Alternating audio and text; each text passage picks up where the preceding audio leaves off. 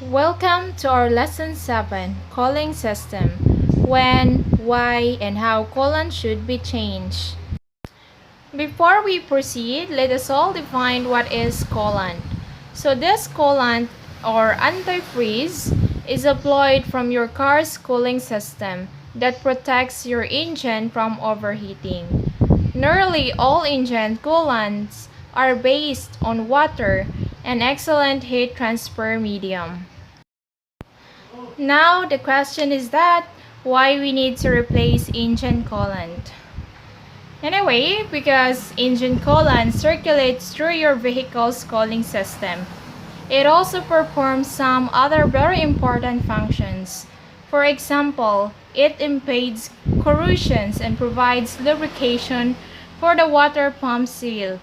As it ages, coolant picks up corrosion and different deposits created in the engine, and as a result, it can become acidic. The acidic fluid, along with the dissimilar metals used in the cooling system, can actually create a sort of crude battery. The resulting electrical charge in the acidic fluid can then accelerate corrosion of the different components parts of the system, and also adversely affect the electronic engine controls. When you change the coolant according to your manufacturer's recommended schedule, it prevents this acidic condition and thus help prevent corrosion and expensive repairs. Now, let's proceed to when to change coolant. Conventionally, green coolants are usually replaced every few years, while modern long-life and super long-life coolants sometimes aren't even on the regular scheduled maintenance list. The difference is that the additive package, green coolant, contains inorganic oxides like silicates, phosphates, and borates, which form a protective layer. Long-life coolants are formulated using carboxylates, which react chemically with engine surfaces to prevent corrosion. Formulated to be less polluting, they happen to last far longer. One way to ensure your engine is well protected is to change the coolant according to the schedule. However, that could be misleading, causing you to change too soon or too late. A quick coolant checkup using an antifreeze tester on a regular basis can tell if your engine coolant is depleted of additives. Coolant isn't a great indicator of coolant condition, but if you see stuff floating in it, it's ready for a change. If your engine is running hot, even if the coolant level is good, it could mean the fluid has deteriorated.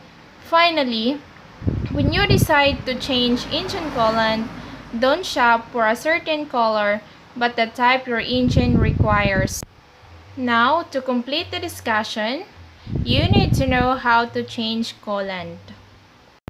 Changing coolant isn't a hard task. You can change your coolant yourself in about an hour. You will need to invest in an air-powered refilling tool to remove air packets from the cooling system as you fill. So, here's what you'll need in order to know how to change coolant. We need coolant, air-powered refill tools, and we have air compressor and hose removable tool, or this is hose removable plier, and drain pan, and we have wrenches and screwdrivers. To begin, check the condition of your coolant when the engine is cool.